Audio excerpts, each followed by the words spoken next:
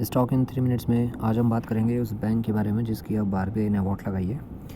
देश की नियामक बैंक भारतीय रिजर्व बैंक ने एक और बैंक के लेन देन पर पाबंदी लगाई है और ये बैंक कर्नाटक के Deccan Urban Cooperative bank limited है।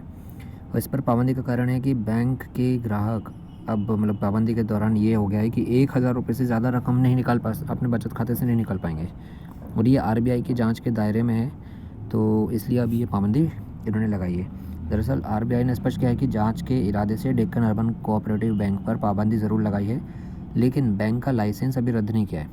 इसका मतलब ये हुआ कि अभी ग्राहकों का पैसा पूरी तरह से बैंक के के पास सुरक्षित रहेगा, लेकिन वो अपनी मर्ज़ी से अभी पैसा नहीं निकाल पाएंगे।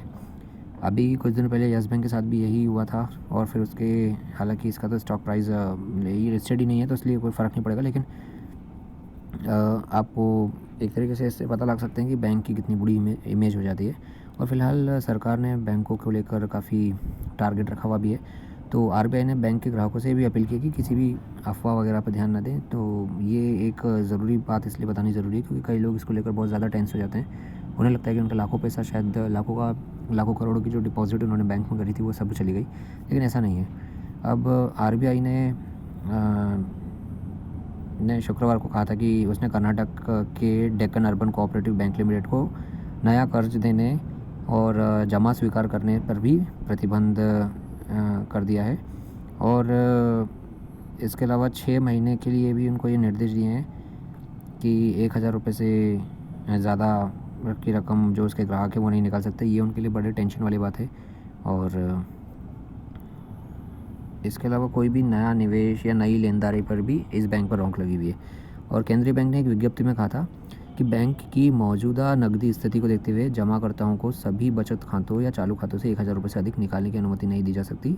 आरबीआई के अनुसार ग्राहक अपने कर्ज का निपटान जमा के आधार पर कर सकते हैं, यानी कि वो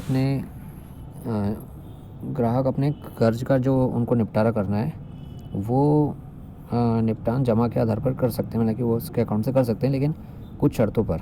तो कुल मिलाकर अपना कर्जा वगैरह चुकाने के लिए उसमें से पैसा निकाल रहे हैं या जो ईएमआई वगैरह कट रही है वो तो हो सकता है, और उसमें भी कुछ कंडीशंस हैं, उन्होंने वो खैर डिटेल में पढ़ना पड़ेगी।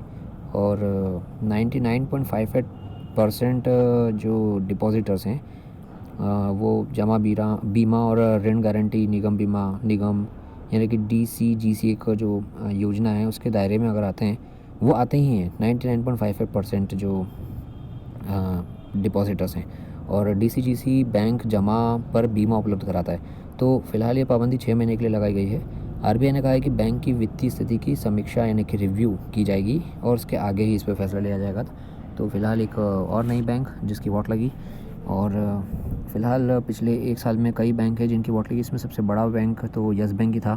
फ़िलहाल वो तो ट्रैक पे आ गया है, लेकिन शुक्र की बात यह है कि अभी फ़िलहाल ये बैंक लिस्टेड नहीं था, इस वजह से शेयर होल्डर्स को इसमें चिंता करने वाली कोई बात नहीं है। Thank you very much. आप इसकी न्यूज़ भी यहाँ देख सकते हैं। RBI puts ₹1,000 withdrawal cap on Deccan Urban Cooperative Bank, fresh loans deposit restricted. और मिंट ने भी कहा है Deccan Urban Cooperation Bank RBI caps withdrawal limit of 1,000 for 6 month. So इसी को मैंने आपको एक्सप्लेन किया। Thank you very much.